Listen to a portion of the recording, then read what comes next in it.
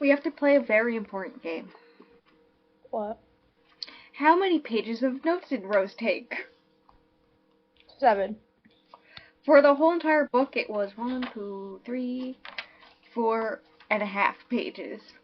Hear me out. Kiki is Grace from the Grace. I don't even remember what happened in that one. That was the one with the demon baby that ate people. Yeah, I want to watch that. Yeah, that one, and then the one that you haven't read about, but the one with the lady who eats her own leg. Those two are the one. I was like, I want to watch. Can we just go through it and watch all of them? Not all of them. Yeah, I don't want to watch The Blob. I don't care about The Blob. I've seen someone talk about The Society, so I knew about that one already. Same. Why is Bible playing out loud? Why are you out loud? Hello, it's me. Hello. Out loud. You're not out loud anymore. Sad. Okay, let's talk about. I almost said this movie. Nope, it's a book. I've only read half of it. We're recording this day before because I have issues in my head. Same. Well, I've read it yesterday, so I can't say anything. But well, I started this over 2 weeks ago, bestie. True. Yes, the second part of this, where we will do parts 3, 4, and 5, will come out the 10th of November, so 2 weeks-ish from now. 2 and a half. 1.5. I plan to finish this shit today because I don't want to look at it no more. I believe in you. I did an audiobook. There's only 2 stories or essays in this whole entire thing that I didn't like. Is either one of them in this section? I don't think so. Yeah, no. I can't relate. One of them's in part 3 and the other one's in part 5. And I feel like half the reason, like, I have a strong reasoning on why not liking the part 5 one as well, on top of this. But I love how you're just fine with the one that implies feederism. Yes. But the other one of this vein, I am 98% sure I would have been fine with it if it wasn't for the narrator. I absolutely despise that one singular narrator. Like, there were like a dozen narrators for this audiobook. And there was this one narrator who did 2 stories or essays, and one of them was one of the 2 I was most excited for. And I hated it. No, it was not a good time. With him, I don't know what I had an issue with. I think it was the breathiness of his voice. But that's for next time's episode, because those are parts 3 and 5. Translation Rose cheated because I read this with my eyeballs and she didn't, and that's why she's done with it. I was taking notes at the same time. I don't think I would have been able to comprehend any of this if I listened to it, so. I was listening to it at 3 times speed. Kill yourself. I can't. Listen, on the bright side, we could do it together. I would call it Hannibal style for you. Don't worry. The way that you haven't even seen that and you know what Hannibal style is. You did it. This is your fault. I'm just sad remembering that now. Just like there was hinted afterwards at some stuff, like one of them survived. Well, we never get to know because they never continued. They canceled that show. Continue it in your brain. I do every time. The note-taking / reading process took about, the ratio of reading to note-taking was about 2 to 1, so it was only like 2 extra hours of how long it would have taken me to read it. Maybe 2.5, for note-taking. I don't feel like it took me that long to read, actually, when I would sit down to do it. I think that was also part of the thing, is I just sat down and read it all in one day, because I was like, if I don't, I'm just not going to. I did not have the time. It's been fucked up lately, so. I know. Okay, maybe I should actually do the intro. Yeah. Hello, welcome to Official Flower Podcast. I'm Flower, aka Rose. What is my fun fact gonna be? I have 2 dogs in my house. I am a woman with 2 dogs.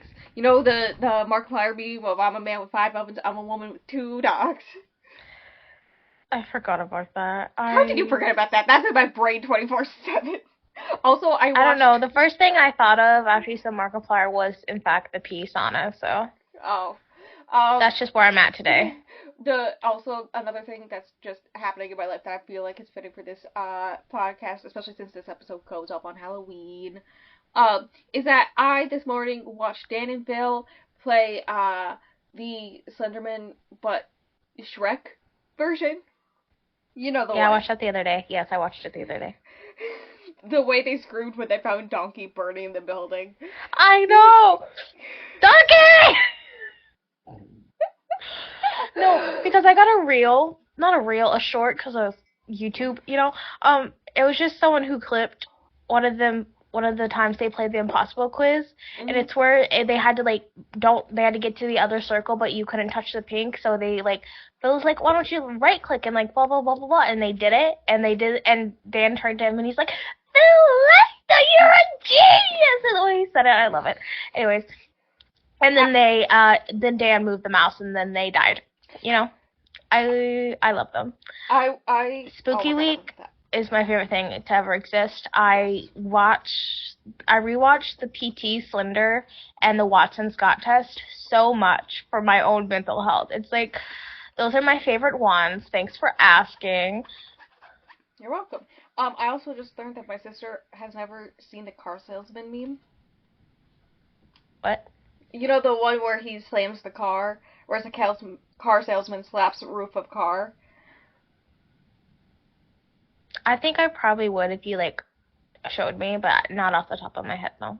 I'm taking a screenshot of it and sending it to you. I should probably do my intro, huh? Yeah, but after you see this meme. Oh my god, Misty. I'm sorry. I'm the one that has to edit it, so it's all on me. This is all to fuck me up. Oh. Yeah. That meme. Uh-huh. Yeah, apparently Why hasn't...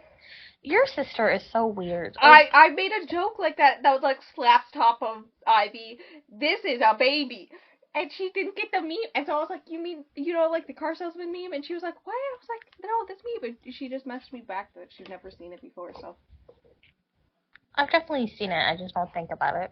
I don't know why that was just in my head at that moment in time. Don't question it. Okay, now you can do your intro. Hi.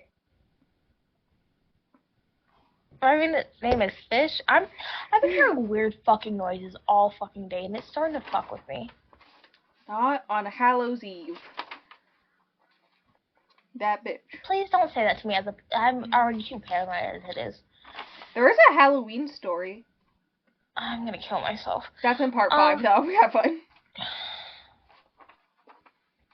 My name is Fish, aka Stingray, and my fun fact is, the first story in this is, in fact, The Exorcist. And if you've listened back to previous episodes, I mentioned the fact I have a history with The Exorcist, but also, unfortunately, I'm not in the closet today, so I cannot come from the closet like this book.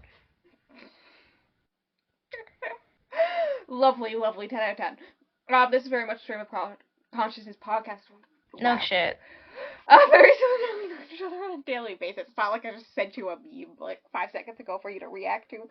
On today's episode, we have It Came From the Closet, which is... Man, I want Cheez-Its. Me too. Which is a collection... I want spicy ones.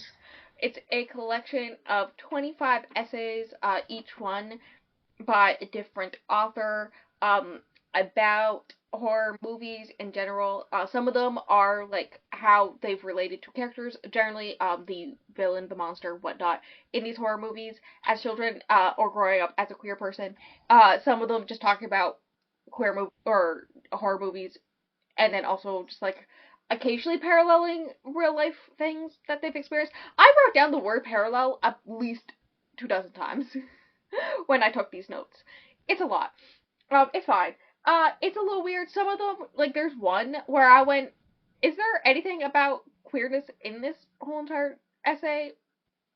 Some of them are very much more focusing on the movie and not, the queer experience, and then there's some that are just, only queer experience and then mention a movie for 2 seconds.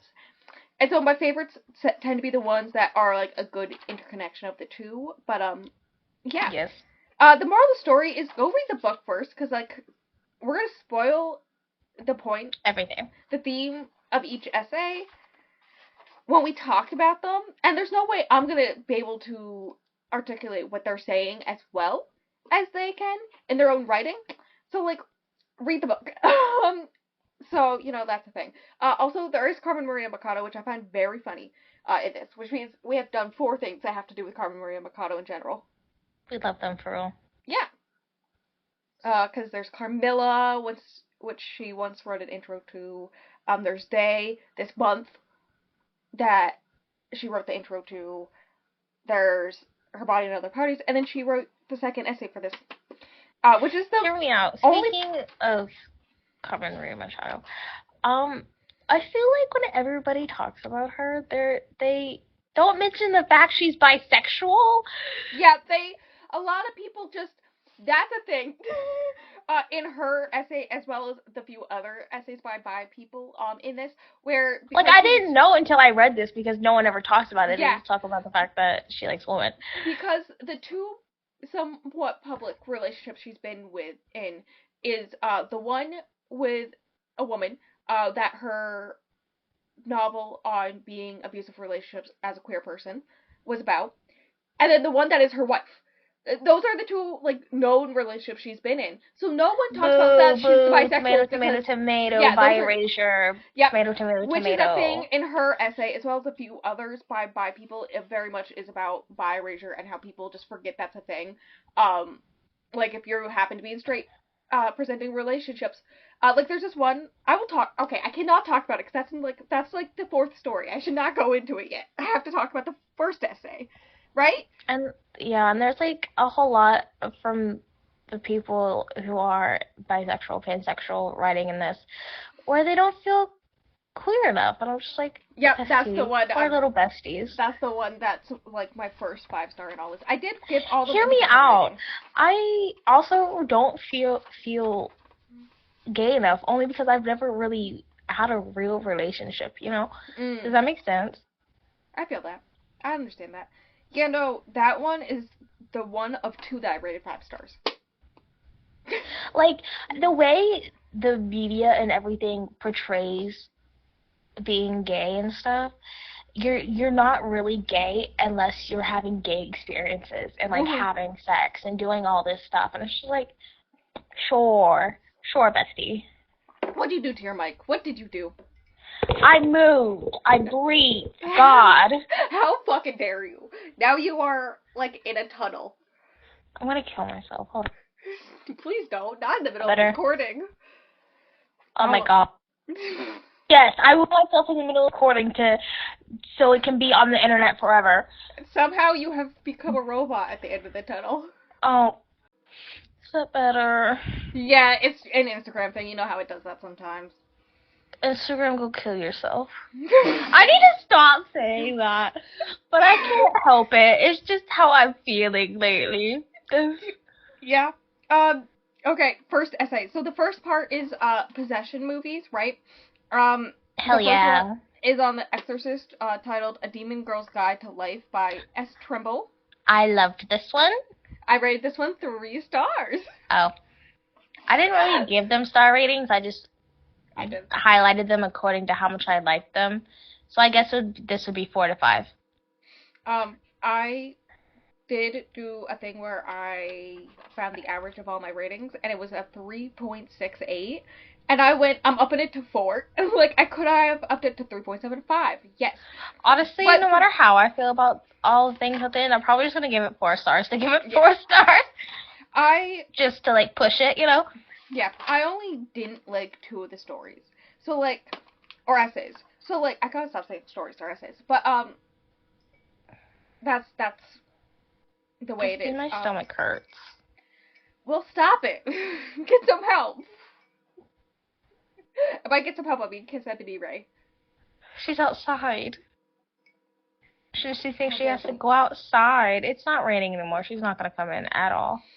The way I was gonna say in the rain, because it's raining here, but then I was like, you don't live in the same state as me. But apparently it rained for like 3 days straight, so... It's raining today. Here. Yeah, it's not raining here anymore, because you have it. Give it back.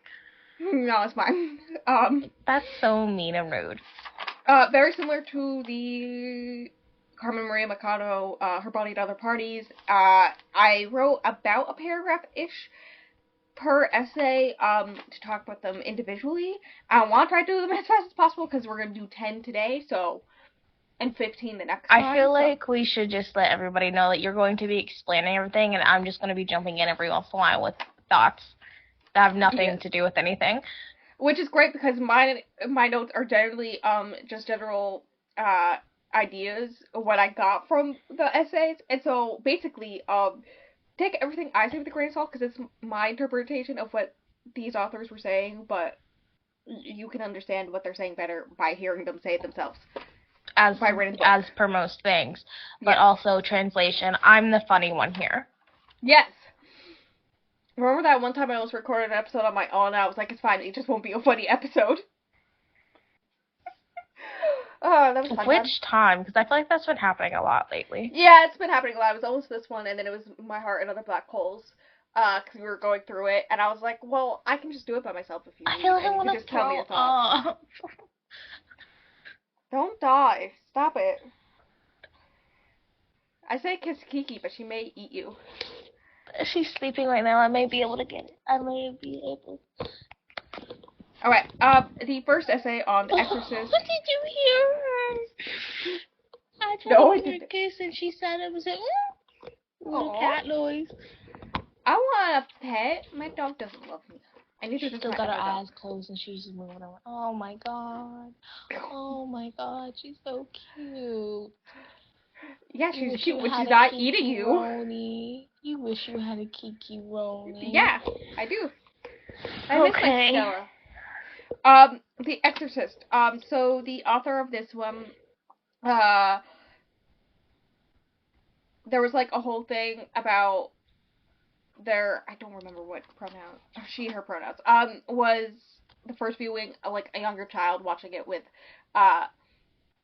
family and friends and whatnot, but the second viewing was, in like high school, teenage years, and then after that, it's like adult years, so like, as a second viewing recognized how it's about a girl trying to get out of, the box society put her in, and, men / the church trying to force her back in, and saw herself as the demon possessing the girl, and started acting almost vulgar, very similar to how the demon causes the girl to act when she's possessed. I don't know. I say this as I've never seen The Exorcist. You've never seen The Exorcist? No, I did not start watching horror movies until my late teens. I mean, I've technically seen it, but I don't remember it. Yeah, no, the one in all of this, there are two that I saw before my early 20s, and that was the Chucky series and Godzilla. Like, I've seen, like, half of these in passing, but the ones I've, like, fully watched is just, like, Jennifer's Body and a few others, you know? The rest I've seen in passing as a kid, basically. Besides, well, I've seen Jennifer's Body, The Ring, and a few others. The Ring is so good, bestie! I don't know if you've seen The Ring. Oh my god, I'm pretty sure it's on Netflix right now. I should force you to watch it with me. Maybe. The issue about the... Well, if you won't watch Coraline with me, you have to watch The Ring with me. Thank you very much. Okay. The issue... I'm half paying attention because I'm trying to read my notes. The issue about the girl stems from before the possession, that she was raised by a single mother, and this is what allows the demon in, and all the men centered on freeing her from the demon are substitutes for a father figure, especially since he's a father, you know, as in priest father. They're to fix the patriarchy.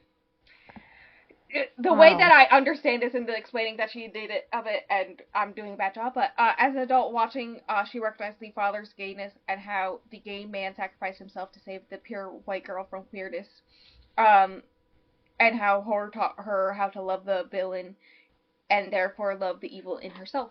The evil, of course, being queerness. And that is the general,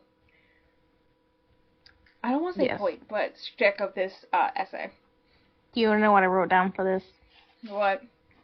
I wrote down a quote from it, but also, it was nominated for 10 question mark exclamation point Oscars exclamation question mark exclamation point. That's the only other thing I wrote down. Yeah. I love it. But I enjoyed this one. It was fine. it was a solid one to start with because it was definitely a good mix of about the movie, but also about the author's life, uh, and how they relate to the movie. And so it's just like, I feel like I eat this up because there is so much of how people relate to things in this. mhm. And I eat that shit up because I love dissecting and going through stuff, how people relate to things and why they relate to things, etc. Because I feel like it helps me understand people better, etc. Yeah. Okay. The second one is both ways. Not me having to cough down. I'm an idiot. I wrote a whole ass paragraph by it. Underneath it, I just blocked it all out because I highlighted it in between it, so I just blocked it all out. I wrote more than that. I believe in you. The Jesus being the quote, my one and only drag performance made me giggle. You know? Yeah, that was funny. Yeah. Not so much belief in God and how church people work, check. But being scared of Ouija boards, also check. Yeah. I'm so Okay. normal. Yeah, I just wrote about how I related to it. Okay. Next up is Jennifer's Body, which is Both Ways by Carmen Maria Machado. See, the order of this makes sense. Wait, pause. I wrote, this is very important. The idea that a trauma is gone because you can't remember it, so other people perceive you as fine. Because that was like what the back half of it kind of was, the last quarter of it was about. Yeah. Yeah. Yeah. That was very important to me. I get why, like, the first one was the first one of this, because it's a good, easy one to start you with, and then the second one being Carmen Maria Machado makes sense, because as far as I know, she is the most mainstream of all the people who are in this. Yeah, I don't know if I've heard of any of these people. Yeah, I haven't, though, the fourth one, by Zephyr, aka Zeph, that is labeled as her nickname online, I looked it up. If she comes out with anything, I will read it, because that shit was so good, oh my god. Anyways, Jennifer's Body. So she almost immediately starts the essay about how sexualized Megan Fox's body has been in general, and how the movie was marketed to boys and men on that sexualization, and how the point of the movie was the opposite of that. Like, the point of the movie was that she kills men, and it's supposed to be a feminine movie, and whatnot, but the producers or whoever was just like, this is obviously for men because Megan Fox hot, so let's like amp up the lesbianism kissing and in the trailers and make her look hot in her cheerleading outfit and all this stuff, and it's just like, please. And knowing like stuff about Megan Fox herself, and what she said about the sexualization of herself during this time, just real sad. Yes. In Machado's view, the relationship isn't about lesbianism, but what it is to experience sexuality while growing up with your best friend, and bisexuality, which is also kind of like an important thing because Megan Fox herself is bisexual. I always forget that. Yeah, because she just happens to be around the worst men all the time. Yeah, no, it's like the three, is it three? I can only think of two, but I feel like there's a third one that I also forget. Oh, the three actors I always forget, or actresses I forget that are bisexual, are Miley Cyrus, Megan Fox, and Kristen Stewart, which is weird because Kristen Stewart's married to a woman. I just forget. No, I don't forget that she's... Okay, hear me out. I don't think about Miley Cyrus that often, but I know she's bisexual. You know? But Kristen Stewart, I don't view her as bisexual, even though, I don't know. So she talks about in this essay about how the idea of queer baiting is very monosexual, because many forget bisexuality is a thing, and since it can be hidden in itself with straight pretend relationships, I can't speak words, and how many across all spectrums of sexuality have issues with the complexity of bisexuality. So many X's, oh my god, and its multitudes, and how the movie is labeled as queer baiting, both because of the marketing, but also because they can't recognize the extreme level of bisexuality in the film. Yes, because, like, I feel like a lot of the bisexualness is just overpowered by the main kiss. But there's so many little things that I didn't even pick up on because I've only seen the movie once. Same. But it's definitely overshadowed by the kiss, you know? I should bring up that I have seen this movie, yes. Stingray is mad because they learned recently that I watched it without them. Yes, because the first time we talked about it, you hadn't watched it, and then I talk about it again, you're like, oh yeah, I watched it a few months ago. I was like, bitch! Why didn't you ask me to watch it with you? Rude! Yay. But yeah, no, the basic theme of it is that, generally, as for most of what we see of the film, both Megan Fox's and Amanda Seyfried's characters are in straight presenting relationships at the time, but also there's like a bunch of little gay things here or there, and so people generally in viewing it view it as the gay things as queer baiting, trying to get the male audience that it was marketed towards to watch it and whatnot, not recognizing that bisexuality, and pansexuality and those spectrums are a thing. Yes, but also tell me you weren't in love with your childhood best friend without telling me you weren't in love with your childhood best friend, because one of my childhood best friends I dated for a year and a half. That was my first girlfriend. Listen. The end. But yeah, I rated that one 3.5 stars because the way that Mikado explained some things I had some issues with, but otherwise, yeah. I get it. Like, I liked it. I don't think I liked it as much as the other one. Therefore, yeah. I highlighted it in blue. I also highlighted it in blue, but that's just because that's the random color I chose. Okay. Green is like 4 to 5. Blue is like 3 to 4. Wait a second. Did you do the Exorcist one in green? Yeah. I did it in green too. What other color did you use? The third story I always did in orange. I used pink. The fourth story I did in pink. I've only used pink, blue, and green. So. And the fifth story I did in purple. And then I highlighted my label of whether I've seen her or not in yellow. I just did a check mark or not. On the left side, and the right side has my star rating. I didn't do you have any... feel like giving it a star rating, so even though it would be easier. Do you have any other thoughts on... I literally wrote, disregarding everything else, the Beach Girl story is so fucking devastating! I know, right? That didn't, really fit what she was saying. I didn't really get how they were connected, but that was just a thing, so I didn't write it down in my notes, but there's, this whole thing about an actual life event in Mikado's life. I think it had to do with the fact that, you can't really take your interactions with a person as, the all-encompassing thing to do with their sexuality. I don't know. Also, she invited her to the wedding? That's some gay shit if I've ever seen gay shit. Where's the U-Haul? You have anything else on the Jennifer bodies? I want to watch Jennifer's body because, yeah. I mean, yeah. I love how we're both just yeah, at the same time. So the next one is My Hand on the Glass by Bruce Owens Grimm on Hereditary, which is a movie I have not seen, but I've seen a lot of videos on it, so I know what happens in it. I've seen a lot of videos on it. I get the whole pagan possession whatnot.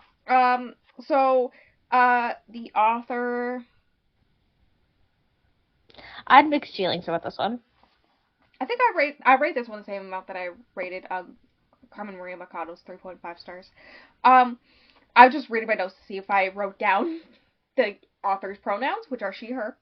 The establishing shots are to show how the future of the film to show how the future is already set. Like how it is for the author's wedding to a woman at 24. I'm not recognizing the gayness. Wait a second. Did I miss something? This is the one about the guy who marries a woman Yeah. when he's in his early 20s, and then halfway through his 30s, like throughout his whole entire marriage, he like is chatting up Yeah. men on the internet, and then like after a decade of being married, tells his wife that he's gay, and she's like, I love, yeah, oh, that makes, she's like, yeah, that makes sense. yeah, and then just continues making dinner. Yeah. Like, I'm So sorry, yeah, that's a little bit funny. yeah. So like the establishing shots of the movie showing that what's gonna happen in Set in Stone is like how, despite the fact that he's marrying a woman at 24, like it is set in stone that like the marriage isn't gonna be a happy one or end well because of his internalized sexuality and whatnot. And then I forget the mother character in the movie's name, but her denial of her grief and her past in the movie parallels the author's internalized homophobia and denial in what he himself felt. And then the mother opening a path to the spirit world being what ultimately dooms the family is parallel to his browsing queer forums dooming his marriage. It was a lot of like back and forth, paralleling the two, and whatnot. And then in the end, he ends up finding a relationship with a man that he enjoys, and he's all like, it doesn't matter if it ends badly because at least I have these experiences. Imagine being that optimistic, for real. I know, right? I know, right? We're at 3.5 stars. I have mixed feelings about this thing, because there's things that were written, like, a haunting is a repetition, like, obviously, yes, but, like, hearing that is just, you know. And then, I do believe his grief could make him eat glass. Like, I will bash my head against the wall, you know? And then I wrote down this point, because you skipped over the fact that, when he was discovering these things about himself, he would visit chat rooms and stuff, where people would glorify the idea of being big and eating and, get off on it in a sexual way, from my understanding, from what I'm seeing and what I've seen what was described. And I wrote down a thought. I said, sorry, is this dude publicly admitting to being a feedy, or is it a response to repressing himself, therefore the desire to make himself undesirable? Big brain thoughts. Big brain thoughts. Look at you go. You have any other thoughts on this one? No. Besides, alright. The next one is my favorite one. I won't kink shame, but I will kink shame feederism people. Okay. I'm sorry. The next one is the one of two that I'm most excited for. This is the one that's my favorite. It is The Girl, the Well, the Ring. I'm gonna try to pronounce the author's name. Zephyr Lizowski. I don't know, but this one was good. Yes, I looked her up afterwards, and she does go by the nickname Zeph sometimes, so I'm just gonna call her Zeph. And that she uses she her pronouns. This one is about both the movie The Ring and Pet Sematary. I have seen the movie Pet Sematary. All the versions of it. I've sort of seen Pet Sematary, and I've definitely watched The Ring. I know there's a new one, like a sequel of the one that came out like 5 years ago coming out, and I'm just like, why? I'm pretty sure when the newer remake came out, we got it from Redbox, and we never returned it, so it's just sitting in my mom's room. I should go watch it. Go watch it. I never watched it. We also have Scary Stories to Tell in the Dark, I think, that we stole from Redbox. That's funny. So, the author saw herself in The Girl from the Ring being in a medical facility because she herself was a sickly child. The Ring girl's sickness is ignored except for when she is the horror. That's all the time that's focused on. And Zeph's own childhood sickness was ignored by the countless doctors, sometimes because she was considered too femme for a male child. And then similarly, the sister in Pet Sematary. So like, it's not in the remake, but it's in the original, where the doctor guy's wife has a sister, and when she grew up, there was like her sister had some kind of illness or sickness or whatnot, and looked partially disabled, and she wouldn't take care of her sister properly when she was left alone with her sister, and so then her sister died because of that. And then there's like a whole thing where her doctor husband is Just like, I forgot about that. yeah, and the doctor husband, after she tells him this story, is all like, "That's okay. You shouldn't have had to deal with that."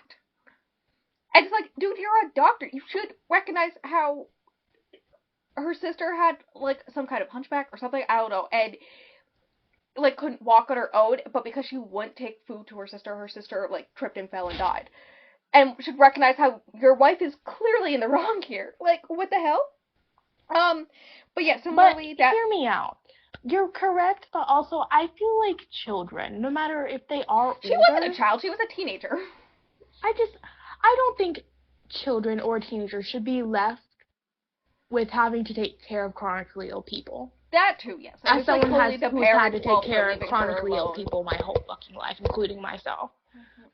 But obviously Yes, what she did was wrong, and those two facts can coexist.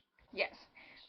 But yes, the sister in Pet Cemetery, who is likely considered to some a horror worse than the cemetery itself, which is wild to me because in that version, the cemetery brings back a baby who starts cutting people's Achilles tendons with scalpels. Like, I know I've heard it. Like, I you can't know, believe I relate so hard to that baby. Hear me out. What's scarier, a woman who's sick or an undead baby? The undead baby? Are you fucking kidding me? No. Honestly, I would try to befriend the baby. I can't lie to you. The mother did. It just wasn't taken care of, right? I don't know. Um, None of these people here are scary. It's a baby with a scalpel. Just take the scalpel away. I mean, the baby's a little scary because the baby's doing other things. Hear me out. Listen. That movie is kind of funny though. Hear me out. In hindsight, that movie is hilarious. While you're watching it, not, but while watching it or afterwards, recognizing that this family was terrorized by their undead baby chasing them down with a scalpel, hilarious. Like, it's been years since I've seen it. Anyways, Zeph is angry. A lot of this is told in her anger, right? At the cruelty these quote unquote monsters are afforded and how she has to lie about her own gender identity and medical past. Um, while trying to like get doctor's appointments or sign up for healthcare and all that stuff. Uh, Passing to one be on like to try and pass to be look healthy, but also be a woman. To not be subjected to cruelty herself. Similar to the way that these monsters, quote unquote, were viewed. And she recognizes the importance of community that understands, but questions what her life would have been like if she never learned that she is the monster from media. Which is a very powerful message. And 5 stars. I love that one. Yeah, I've wrote down a lot of quotes. You wrote down a lot of quotes. What are your quotes, Bestie? What does it mean as a sick girl to learn again and again that sick girls deserve to be punished? Yep. The desire to heal disability by hiding disability from view. Yep. I just love that one. Yeah, not all sick people are equal in the eyes of the institution. Mm-hmm. Without the culture I respond to, would I even need to find myself in these wrathful ghosts? I'm pretty sure this was the one where there was like she was watching The Ring.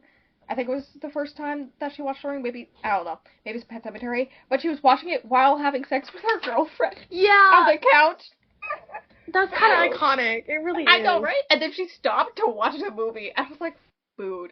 But I also there's a whole bit about how her girlfriend is someone with chronic pain, and so herself is also someone with an invisible illness, and tries to hide it her best because if you don't, you are viewed as something other and whatnot.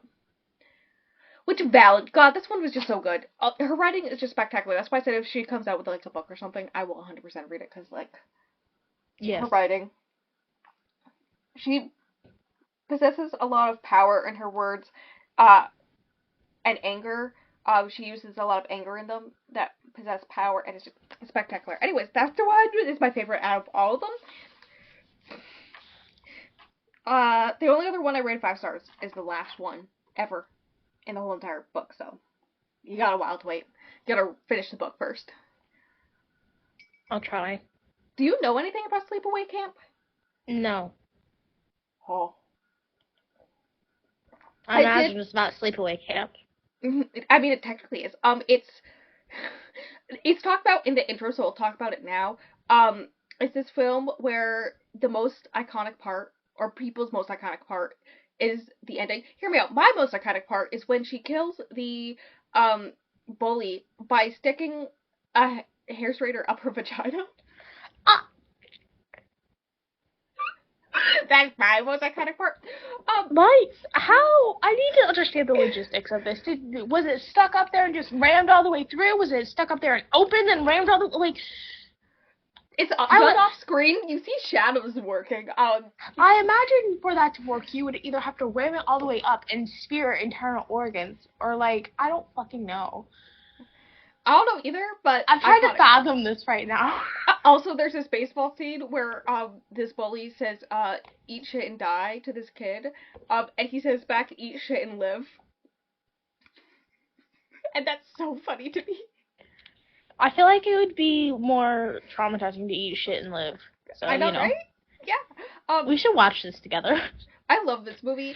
There's a whole thing. So the most iconic part that people recognize the most is the ending. The whole entire plot is basically there is a girl, Angela, and her brother and father were all hit by like a boat accident thing. There was like a whole thing when she was a kid.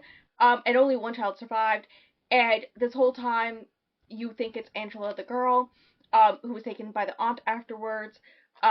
And who's sent to this camp with her cousin, and all this stuff starts happening where all these people start dying, specifically people who bully or try to assault Angela, right? And then the final shot of the movie is Angela standing up, after cradling the decapitated head of the guy who tried to hit on her, but like, kind of date rapey, right? And then she stands up, and it's Angela's face screaming, and then a naked man, because the aunt forced her into transgenderism and whatnot. That's the most iconic part of the film, is that ending. So I was not surprised that this it was gonna be in this book, and it's the last one, which is my favorite one, or second favorite one. So but yeah, that movie's hilarious. That movie is so funny. There's so many things that happen. It sounds very campy. There's also, it is 100% campy. There's also like a thing, it talks about it in the last story, or at last essay, but there is basically no, like, male gaze of, like, female nudity, or anything like that. Like, if there's any, it's barely, at least in the first film. It's all, like, shirtless men.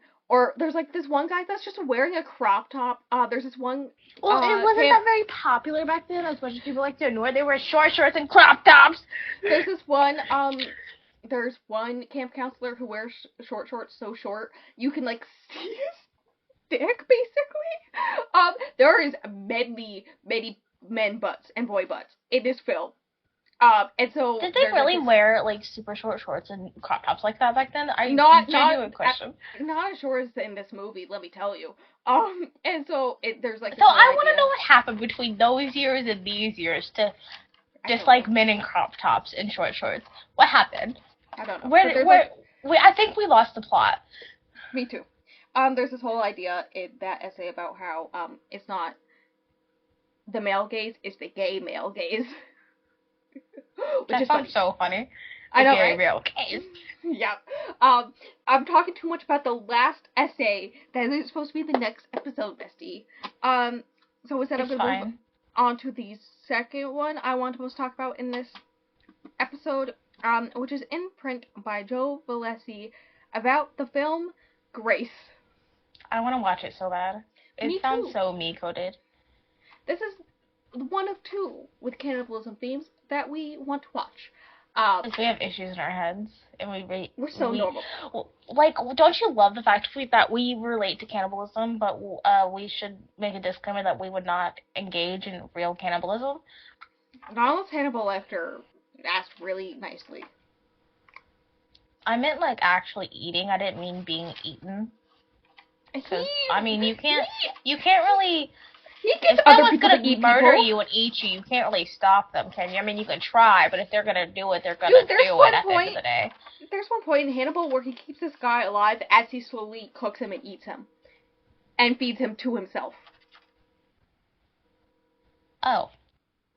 Yeah. Also, he gets Will to eat so many people, and just people in general. There's so many members of the FBI who eat people in that show. This is why I don't eat other people's food. Okay, that's one of the reasons. But yes, Grace. Grace is a movie about a girl named Madeline who, ends up in a car crash, after she's had multiple miscarriages, and she's trying her hardest, trying to do all these things right, to carry this baby to term, and then ends up in a car crash after she starts having some weird symptoms. She forces her husband to, like, take her to the doctor and whatnot, and then on the way home, he's, like, not paying attention, and they end up in a car crash. He dies. She ends up having another... You gloss over the fact that doctors are like, oh yeah, she's fine, it'll be fine. Yeah, there's, like, also a whole thing where, like, they try to tie her down and give her drugs because clearly all this other stuff, and try to take the baby out of her even though the baby's fine at that point. And then her best friend comes in and is like, actually, no, it's this. And they're like, oh, you're right. And apparently there's, like, a thing where her and the best friend run away together and the gay relationship. I don't know. I can see to raise the demon baby. Yeah. So she, in the car crash, the process of it causes her to have another miscarriage, probably mixed with the stress, mixed with the trauma, right?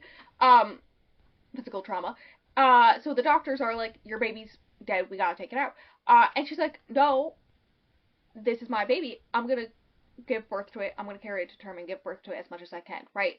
I may not be able to, like, take care of this baby afterwards, but I'm going to let my body do what it has to do to that point. And then, she afterwards holds her baby after giving birth to it, and is like, please come back to me, and then a demon enters her baby and starts eating people, including her. If she doesn't end up killing enough people and feeding it to the demon will feed on her instead. Doesn't it bite her automatically right after it gets possessed? Yeah, it like, automatically okay, goes to eat her boob, yep. Okay, Renesmee, like, go off, I guess. Yeah, so, all this about that movie is paralleled with the author and his husband's, relationship, with trying to have a child of their own. Like, they had a friend who, the author worked close with, and, she had 2 kids of her own, and she's like, well, I've always dreamed of being surrogate, and while my husband's like, we don't want any more kids, she always wanted to be a surrogate, and she wants to carry a baby, again, while she healthfully can, and willing, like, her body allows, right? So they agreed this whole thing, and it's like a parallel of them going through multiple miscarriages, which she's never experienced before on her own, and like the way that the author goes through all these OCD almost like rituals, like kissing the picture of the sonogram every night before he goes to bed, and like a hummingbird coming to attack him, and all this stuff, similar to how Madeline, the mother in the movie, does all this stuff to try to keep her pregnancy going, right? And he views it as like what's keeping away the stuff, and like as soon as he one night doesn't kiss the sonogram because the picture has faded too much, is when the miscarriage happens. A late term one, like really late term to the point where like they can hold their dead baby afterwards and whatnot. And like how she can have the decision of like continue to carry it to term, but it will be stillborn, or just go like forced labor, whatnot. And so similar to Madeline in the movie, is being induced. Yes, induced labor. Similar to Madeline in the movie. But instead they say goodbye to the baby, and also there's like at the end they do have a child, and the child likes to bite his finger occasionally. It was very sad. I almost cried multiple times. 4.5 stars. I'm so glad they got their child for real. True. That one was good. You got any? I mean, if you really want a child that badly, and then you finally get one, you know they're really gonna take care of that kid. So yeah. You got any other thoughts about this one?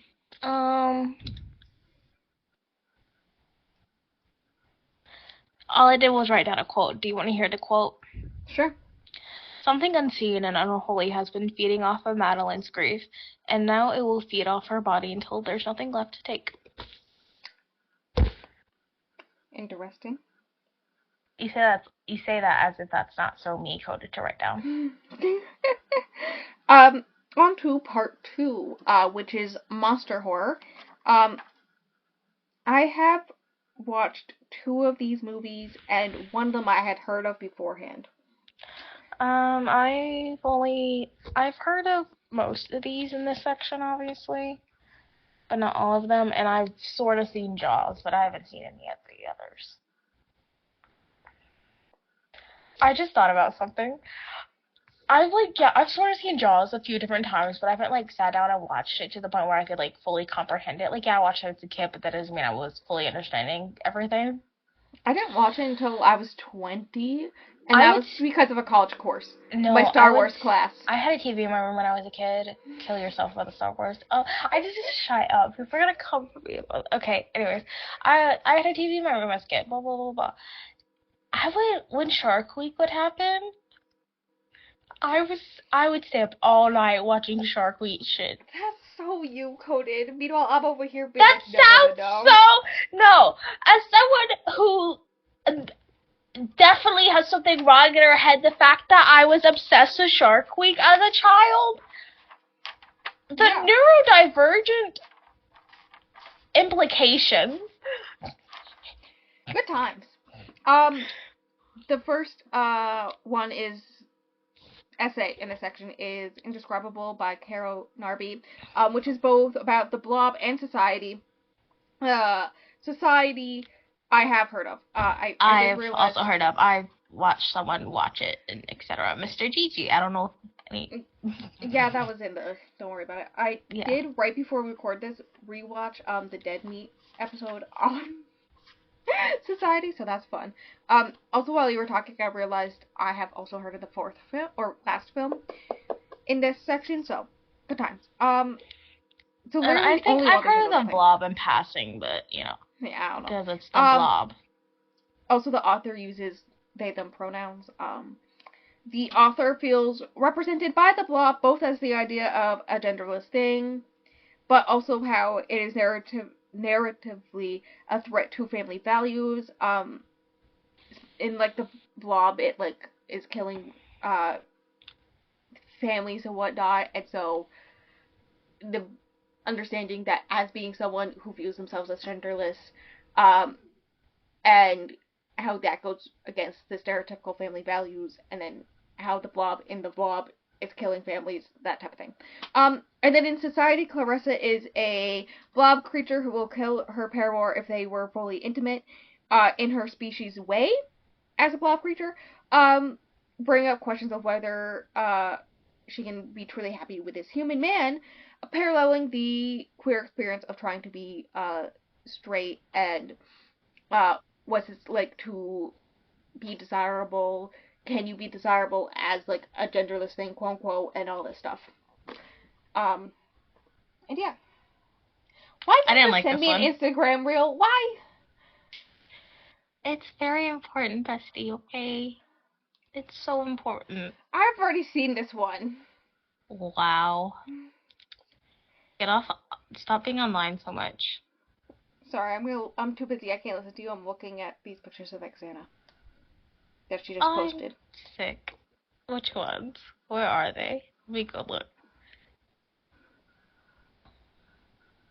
Where? Which ones? The one that just 20 minutes ago? Yeah, I opened. Yeah, I get it. I get it. Yeah, I get it. You get it? Yeah, I get it. I've been getting it a lot longer than you've gotten it. Tell me with that top, you get it? She really does love her little tops, don't she? She really does. She loves her cargo pants and little tops. And we love that. And she's so real for that. We love Xana. This is the Xana fan club. Hello? Yes. You're welcome. I did this for you. Credence I did this all for you, bestie. You didn't even yeah, I got the, you didn't even It's almost like that was the first song I listened to on repeat for 2 months straight, by her, you know? It's almost like Cupid didn't know what he was doing, what he was making. Shut up and talk about the essay. I didn't like it. What do you want me to say? I rated it 3.5 stars. I don't really remember my feelings on it. Which says a lot because I read it less than 12 hours. I had a lot of thoughts, apparently. I read it like 24 hours ago and I don't have thoughts on it. No. Well, I wrote down, because they mentioned this in passing. Once a patient died when his head was struck by a gas canister that had been turned into a missile by the powerful magnet. Talking about oxygen containers being sucked in by MRI machines. Terrifying. Yeah, no, that's completely valid fear. Like, no, I'm good. Alright. On to one that I've actually seen the movie for. Oh my god, no, the fisting tied to death. I said slow blink. I remember the way that they worded that was so funny. I was like, yeah, I remember that scene, but the wording, hilarious. The blob represents an absolute and unattainable intimacy. Listen, I feel like I understand the wanting to, like, be so close. You're basically the same fucking person. But, like, realistically, you can be pretty, like, close and connected to somebody, but I don't know. Because, like, there is a layer of unattainable intimacy, but to that point, I realize, even as the person I am, that at that point, it is unhealthy. So, I have so many thoughts and opinions about this, but, like, Okay, the second essay in this section, a working definition of... I wrote down the idea someone hasn't always been 100% aware of their body and suddenly is so... That bothered me. Because, like, imagine having the luxury of not being aware of your body until, like, you're, like, in your, like, 20s or 30s or some shit, however old this person is. Like, I'm sorry. Can I move on to Godzilla now? Yes, I didn't like that one. Can you tell? I like that one. I've rated, other than the first one in this section, I rated all of them 4 stars. So, a working definition of the monsters by Ryan Zelkins. I've tried my hardest. It's about Godzilla. The original... I like this one. The original 2. I've also seen those. I have seen every single of that universe. Of course you have. Look at the person. Why did you enter a tunnel again? How dare you? The way I just was randomly flipping through this journal and I saw my notes for the first season of Heartstopper with the note, "Buy Panic, Pirates of the Caribbean." LOL. That's so me-coded. My favorite monster, quote unquote, from the Godzilla universe is Mothra. I love her. She is my queen. Thank you very much. I'm gonna pretend like I know what you're talking about because I've never seen Godzilla.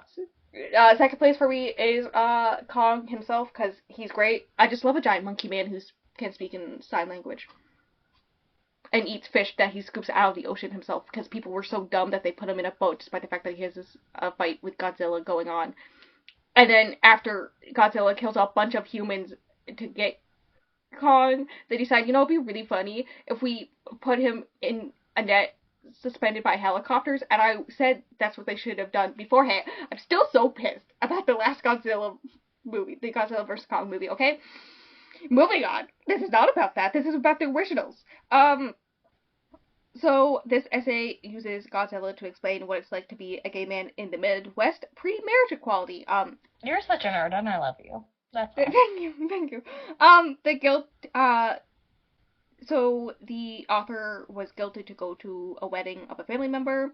Yeah, I hated that part.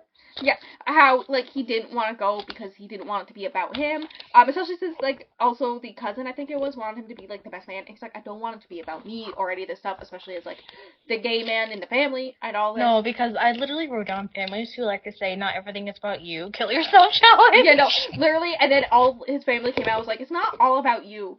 And so then he goes to the wedding, and then all these people are, side-eye him for actually going to the wedding. and then literally someone makes a speech about marriage equality, and literally right next to him someone boos him. Like, And if someone did that to me, I would just be like, okay, you want me to kill myself in front of you then? Like, I don't know. yep.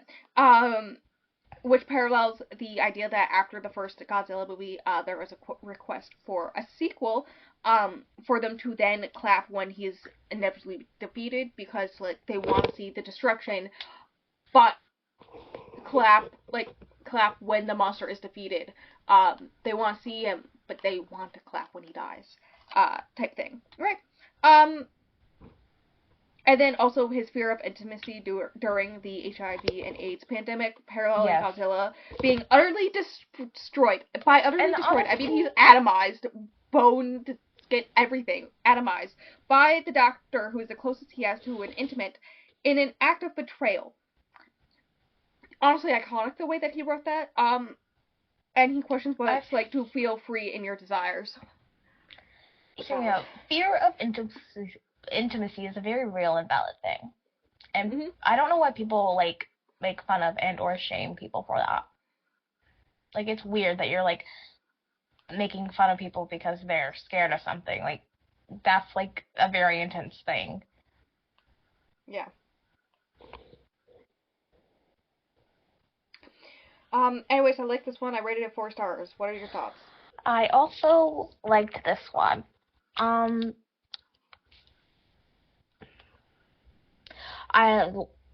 basically already said everything, but one of the quotes I wrote down was, the rough lesson between being tolerated and being loved, between what you want and what you need. I'm so normal. Yeah. Okay, this is the one that I like don't know anything about the movie itself, right? The third one. Yeah, I've never heard of it. The Wolf in the Room, by Prince Shakur. I think it's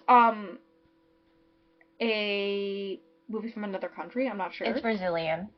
That's what it was. I was like, I know it's somewhere that isn't America, and that's about it that I remember. About Good Manners, which is a werewolf movie, about this. I want to watch it, dude. I really like werewolves.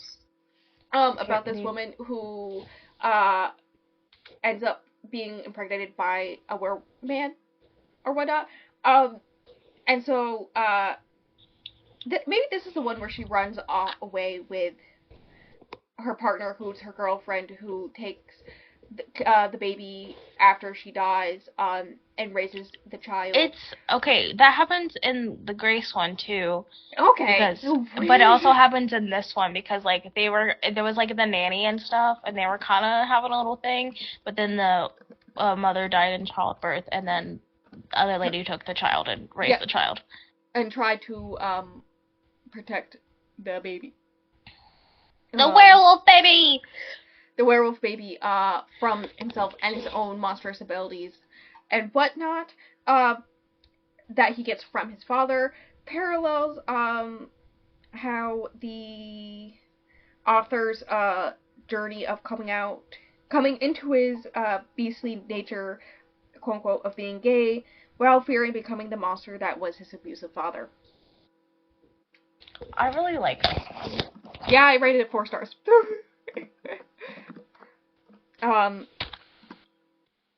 Yeah, it was a good one. It's well written. Very sad. Hear me out. You don't slap people, especially not your own children. And like if you hit someone, then get mad that they're like trying to get away from you. That's fucked up because first off, you hit them first. You know? Like, and I feel like pushing someone away from you after they slap you is a reasonable response. But granted, the one time I was fully slapped, I just kind of froze there for a minute, but that's just me. Also, let your kids have fucking privacy. Yes. Because his mother read his journal, and, like, leave your kids' shit alone. And maybe your kids wouldn't hate you.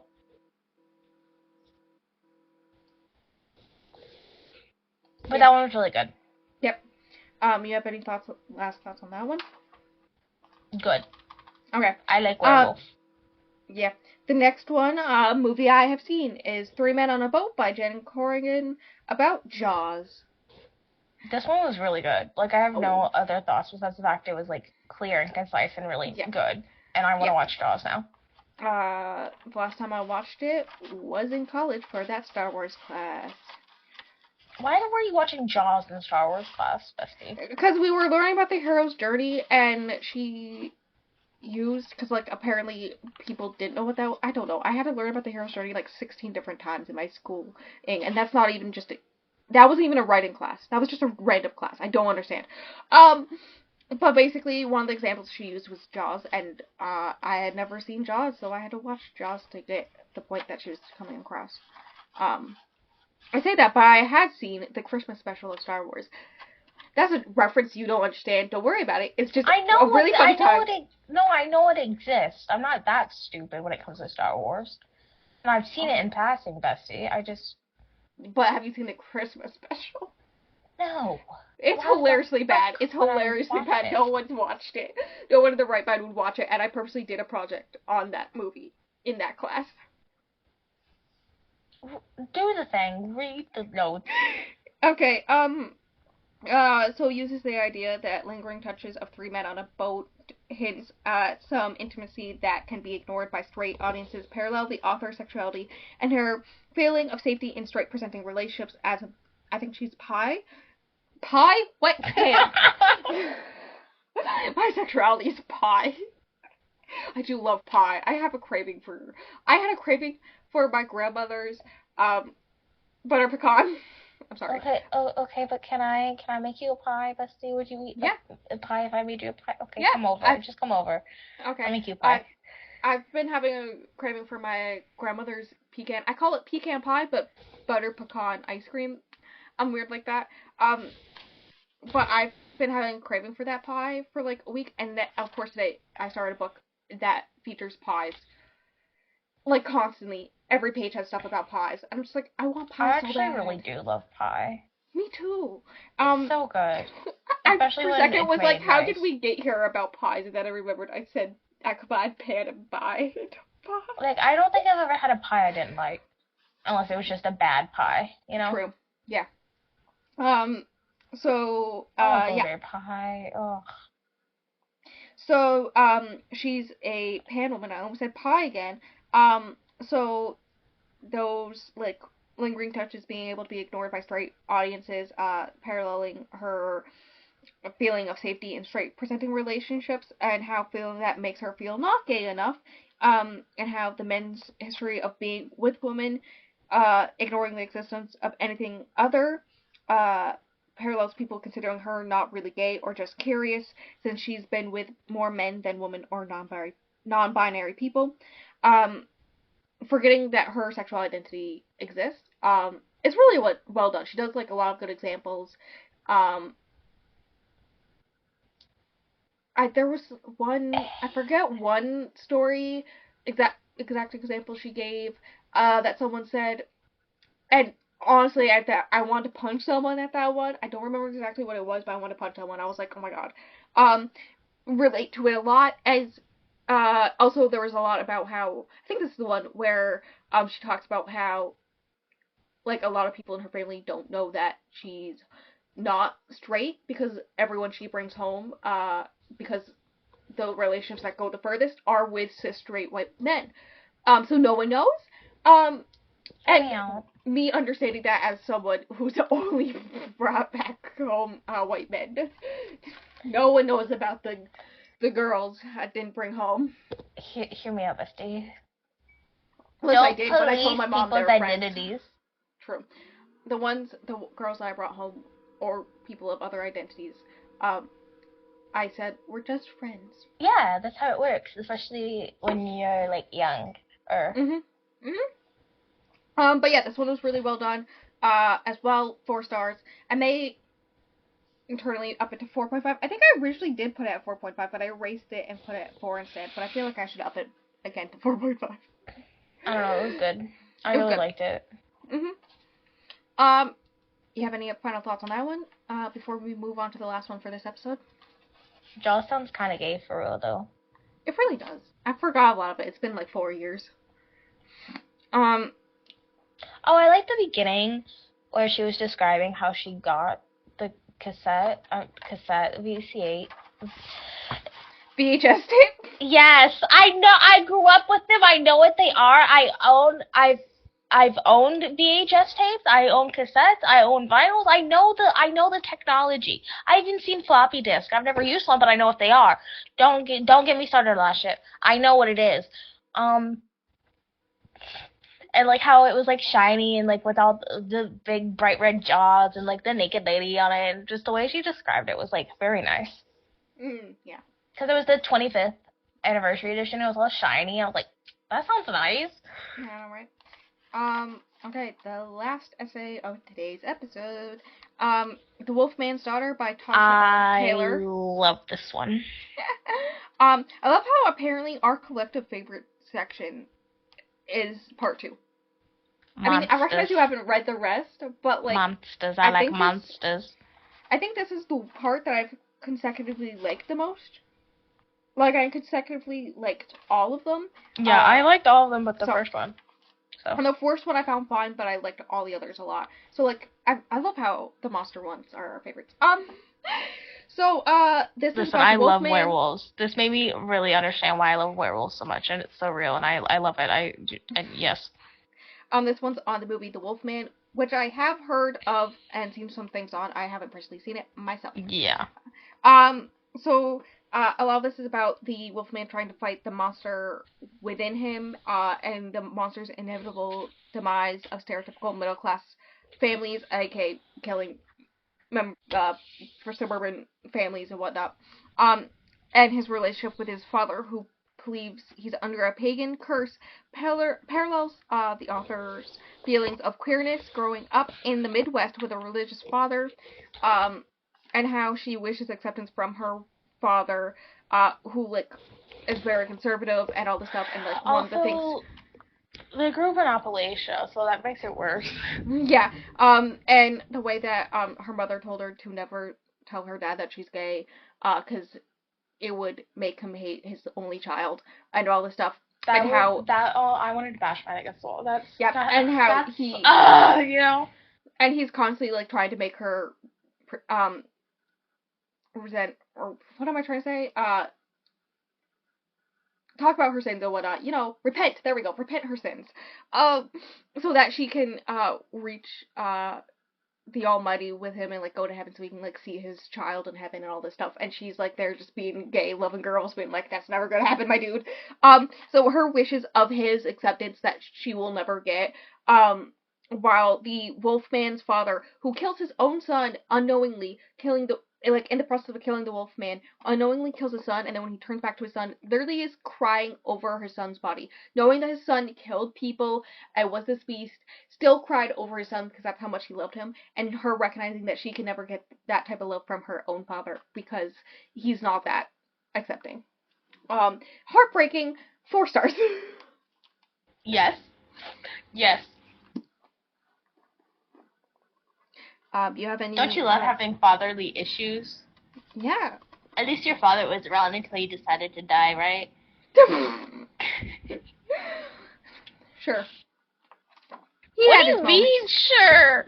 He sounded so much better than your mother, at least. They have different ways of going about it. Listen, from what I know about your father, I would rather meet your father. That would be very complicated than your mother. True. No, at least he would have been accepting of your gender identity and be instantly calling you by the proper name you would choose and pronouns. Did I ever tell you the story of when I came out? And my mom was all like, "Oh my God, how could you do this to me? Why would you do this to me? All this stuff." Yeah. And my explanation was because Dad always told me that boys have cooties, and he laughed. I said, "Hell yeah." Well, he did it. And then he went. And then he went, "If I was a woman, I'd be gay too, because boobs are nice, and men suck." So. Which, yeah, I remember that part. You told me that part. 100%. I too believe that. As a woman who has dated men, yeah. Yeah. Yeah. Any thoughts on the Wolfman? Good answer. I love Sorry, this sweet Bestie. stuff. I was doing something. I didn't want it to be loud. I loved it. I love werewolves. Like I get it. Like You I Team think that Jacob? I've always listen.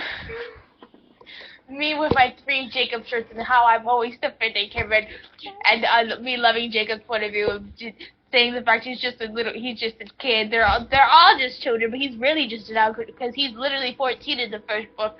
But I don't honestly she shouldn't have ended up with either of them. But I guess Edward's okay. I do Team like Alice. Edward. Team Alice. Team nobody. Team Mike Newton. I don't fucking know. Not even Mike Newton because he was an asshole too. Yeah, I was gonna say not Mike. No, Alice. Alice Okay, is great. team normal person for a normal person. Team, canonically, Alice saw her naked before Edward did.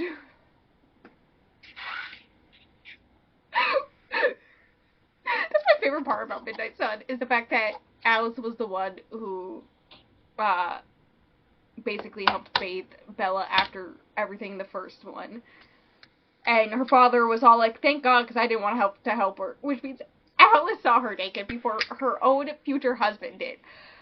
Hilarious. Well, they're old-fashioned because they're old, so it makes sense. True. But I love Alice. Iconic. That hair. That leg kick during the baseball scene. Anyway, I have to admit, her in the first movie is not how I pictured her hair. Anyways, I still question to this day, where's my Rosalie movie? Oh, bestie. Thank you for saying that. Alright, final thoughts on the 10 essays that you've read. Very good. I like werewolf because I relate to werewolf, I guess. I don't know, werewolf good. I come to the conclusion I think I like werewolf more than vampire. Even though vampire's sexy. I love how, in general, we love the monster films, especially as someone with a different gender identity and whatnot, being as a general theme in all 5 of those are, especially the werewolves ones, are about how you are something other and different, and, like, especially the werewolves, because you, like, change and whatnot, and yes. You're just out here relating to them. Who would have thunk of that? Who would have thought? Anyways, some smart people wrote some smart things, and I tried to explain them, and that's this episode, the end. I agree. Some smart people wrote some smart things, yes. I keep trying to mute myself, but it's not working, so. I can tell. Yeah, I'm making lunch. I'm kind of hungry. I'm hungry, but I'm not, but I'm forcing myself to eat, you know? Yes. Anyways, you have any final thoughts? Eggs have potassium. You're supposed to say no. No, I don't.